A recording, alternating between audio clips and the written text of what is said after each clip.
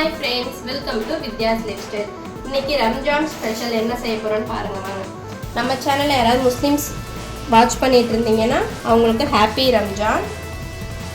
இங்க பாருங்க மட்டன் வாங்கிட்டு வந்திருக்கோம். இப்போ இது குழம்பு வைக்கலாமா கிரேவி வைக்கலாமான்னு பிளானே இல்லை. குழம்பா வந்தால் குழம்பு, கிரேவியாக வந்தால் கிரேவி, அந்த மாதிரி தான் இருக்குது. இங்கே சின்ன வெங்காயம் கட் பண்ணி வச்சுருக்கேன், 3 பெரிய தக்காளி கட் பண்ணி வச்சுருக்கேன். இப்போ செய்ய ஸ்டார்ட் பண்ணலாம். இங்கே சாதம் வெந்துட்டுருக்கு. இப்போ நம்ம மட்டனுக்கு மட்டன் செய்யறதுக்கு குக்கர் வச்சுருக்கேன். தேவையான அளவுக்கு எண்ணெய் விட்டுக்கோங்க. இப்போ எண்ணெய் சூடாகிடுச்சு, சோம்பு போட்டுக்கலாம். சோம்பு பொரிஞ்சிருச்சு. இப்போ வெங்காயம் போட்டுக்கலாம். சின்ன வெங்காயம் போட்டிங்கன்னா குழம்பு ரொம்ப நல்ல டேஸ்ட்டாக இருக்கும். மட்டனுக்கு பிரியாணி செய்யலான்னு தான் பிளான் பண்ணேன். அப்புறம் வேண்டாம் அப்படின்னு சொல்லிட்டு குழம்பே வச்சிடலான்ட்டு நல்லா வதக்கிக்கோங்க.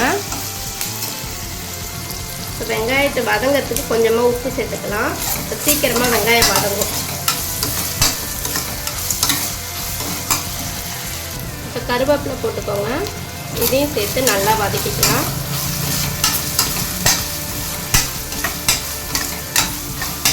நல்லா வதங்கணும்.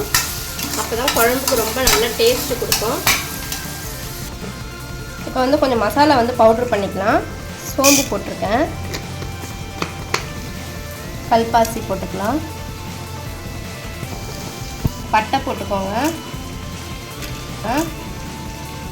தேவையான அளவுக்கு. அப்புறம் கிராம்பு, ஒரு 5-6 கிராம்பு,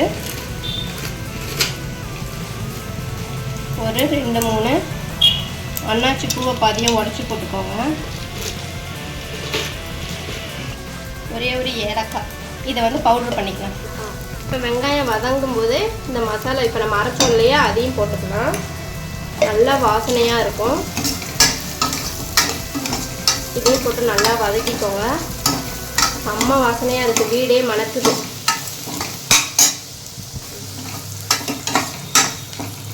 நல்லா வதக்கிட்டு இப்போ இஞ்சி பூண்டு பேஸ்ட்டு போட்டுக்கலாம்.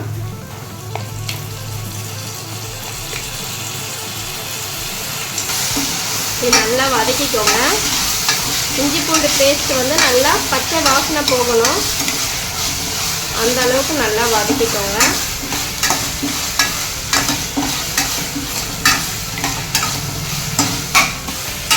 செம்மையாக இருக்குமா வாசனை. இப்போ தக்காளி சேர்த்துக்கலாம்.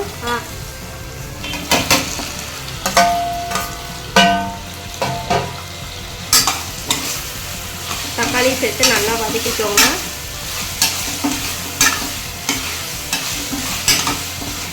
நம்ம சமைக்கும் போதே நல்லா பாசமாக ஆசையாக சமைச்சாலே அந்த சமையல் ரொம்ப டேஸ்ட்டாக இருக்குன்னு சொல்லுவாங்க.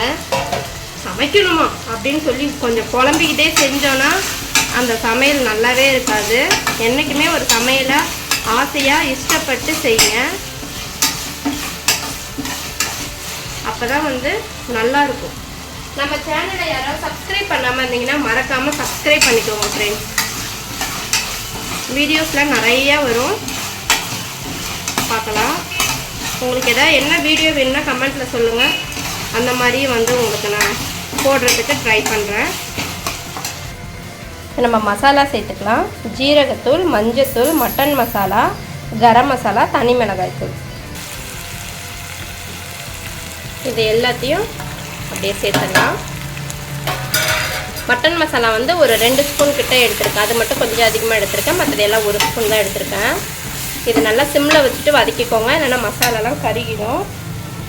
சிம்மில் வச்சுக்கோங்க.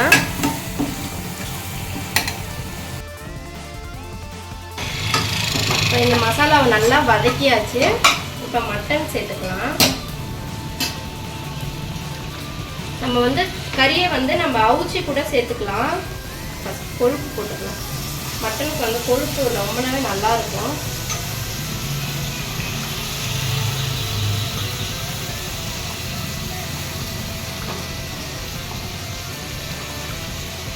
நம்ம ஏற்கனவே வேக வச்சு நம்ம சேர்த்தோம்னா வதக்கிட்டு இதை அப்படியே வேக வச்சதில் எடுத்து கொட்டி கொதிக்க வைக்க வேண்டியதான். தண்ணி எவ்வளோ குழம்பு வேணுமோ சேர்த்துட்டு இப்போ வந்து நம்ம டைரெக்டாகவே வதக்கி குழம்பு வைக்க போகிறோம்.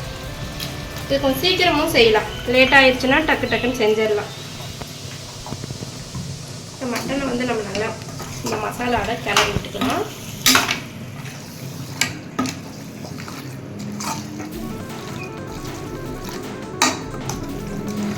நான் கொஞ்சம் மட்டன் வந்து கொஞ்சம் கறி பீஸாக கொஞ்சம் எடுத்து வச்சுருக்கேன், அது வறுத்துக்கலாம் அப்படின்னு சொல்லிட்டு. இப்போ குழம்பு மிளகாய் தூள் சேர்த்துக்கலாம். நான் வந்து ஒரு 2 ஸ்பூன் கிட்ட சேர்க்குறேன். இதை நல்லா வதக்கிக்கோங்க.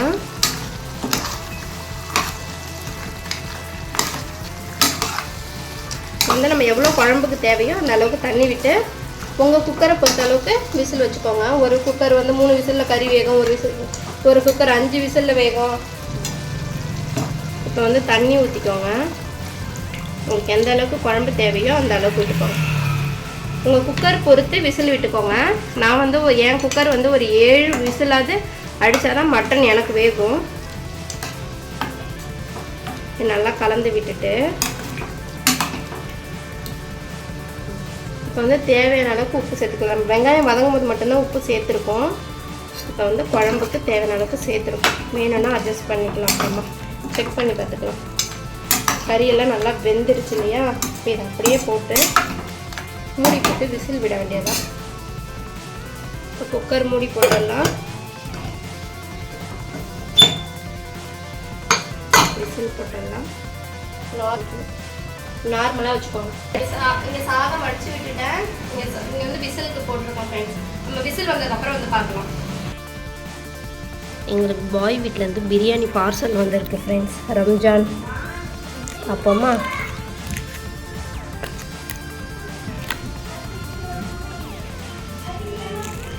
ஆனியன் மட்டன் பிரியாணி பீஸுங்க இருக்குது. ரம்ஜானுக்கு அவங்க கொடுத்துட்ருக்காங்க. எங்கள் வீட்டுக்கு பின்னாடி வீட்டில் இருக்காங்க, அவங்க தான் கொடுத்தாங்க. குக்கர் ஸ்டீம் வந்து அடங்கிடுச்சு. இப்போ ஓப்பன் பண்ணி பார்க்கலாம். நல்லா எண்ணெய்லாம் பிரிஞ்சு வந்திருக்கு.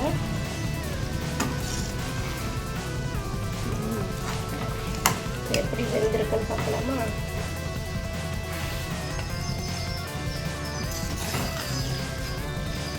இப்போ உப்பு காரம் செக் பண்ணிக்குவோம். அடுப்பை பற்ற வச்சுருக்கேன் ஃப்ரெண்ட்ஸ். கொஞ்சமாக உப்பு போட்டுக்கலாம். கம்மியாக இருந்துச்சு உப்பு. இதில் வேணுன்னா நீங்கள் தேங்காய், சோம்பு, கசகசா அரைச்சி ஊற்றிக்கலாம்.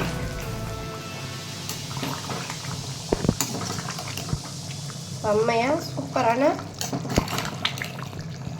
மட்டன் குழம்பு ரெடி ஆயிடுச்சு. ரம்ஜான் ஸ்பெஷல் மட்டன் குழம்பு.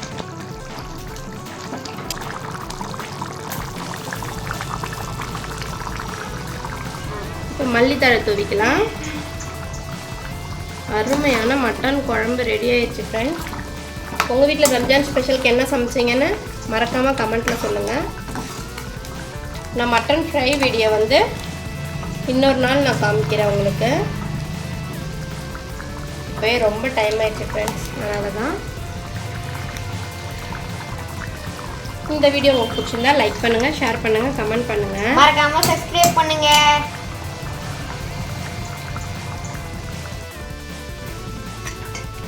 சுட சுட சாதம், மட்டன் குழம்பு,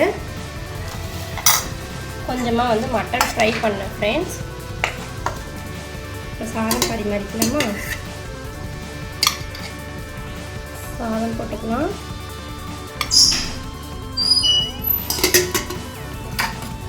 மட்டன் ஃப்ரை வச்சுக்கலாம். மட்டன் குழம்பு.